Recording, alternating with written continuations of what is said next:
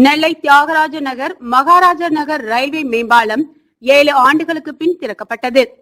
26.30 கோடி மதிப்பில் கட்டப்பட்டுள்ள புதிய பாலத்தை சபாநாயகர் அப்பாவு முன்னிலையில் நிதித்துறை அமைச்சர் தங்கம் தென்னரசு திறந்து வைத்தார். நெல்லை சிவந்திப்பட்டி சாலையில் பாளையங்கோட்டை மகாராஜா நகர் தியாகராஜ நகர் இடையே திருநெல்வேலி திருச்செந்தூர் ரயில்வே பாதை செல்கிறது. இதில் மகாராஜா நகர் பகுதியில் ரயில்வே கிராசிங் உள்ளது. காலை மாலை முக்கியமான நேரங்களில் ரயில்வே கேட் மூடப்படுவதால் பள்ளி கல்லூரி செல்பவர்கள், அரசு பணி செல்பவர்கள் என அனைவரும் சிரமமடைந்து வந்தனர். எனவே இந்த பகுதியில் ரயில்வே மேம்பாலம் கட்ட கோரிக்கை விடுத்தனர்.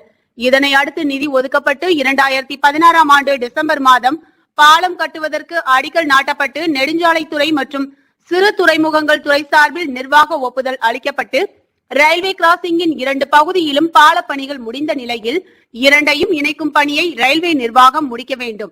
இதற்கு காலதாமதமான நிலையில் 7 ஆண்டுகளாக ரயில்வே கிராசிங்கிற்கு 2 புறங்களிலும் பாலம் கட்டப்பட்டு திறக்கப்படாமல் இருந்தது. பாலத்தை திறக்க கோரி பொதுமக்கள் தொடர்ந்து கோரிக்கை விடுத்து வந்தனர்.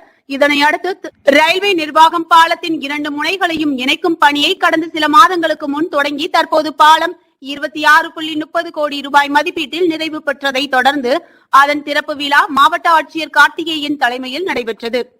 இதில் நிதி மற்றும் மனிதவள மேம்பாட்டுத்துறை அமைச்சர் தங்கம் தென்னரசு சிறப்பு அழைப்பாளராக கலந்து கொண்டு தமிழக சட்டப்பேரவை தலைவர் அப்பாவு முன்னிலையில் ரிப்பன் வெட்டி திறந்து வைத்தார். 7 ஆண்டுகளுக்கு பின் பாலத்தில் போக்குவரத்து தொடங்கியது. இந்த நிகழ்ச்சியில் நெல்லை கிழக்கு மாவட்ட செயலாளர் ஆவுடையப்பன், நெல்லை மத்திய மாவட்ட பொறுப்பாளர் TPM மைதீன்கான், பாளையங்கோட்டை சட்டமன்ற உறுப்பினர் அப்துல் வஹாப், மேயர் சரவணன், துணை மேயர் KR ராஜு, முன்னாள் சட்டமன்ற உறுப்பினர் மாலை ராஜா, மாநகர செயலாளர் சுப்பிரமணியன், தேவாலயங்களில் பணிபுரியும் உபதேசியார்கள், பணியாளர்கள், நலவாரிய தலைவர் விஜயா சத்யானந்த் மற்றும் அதிகாரிகள், பொதுமக்கள் கலந்து கொண்டனர்.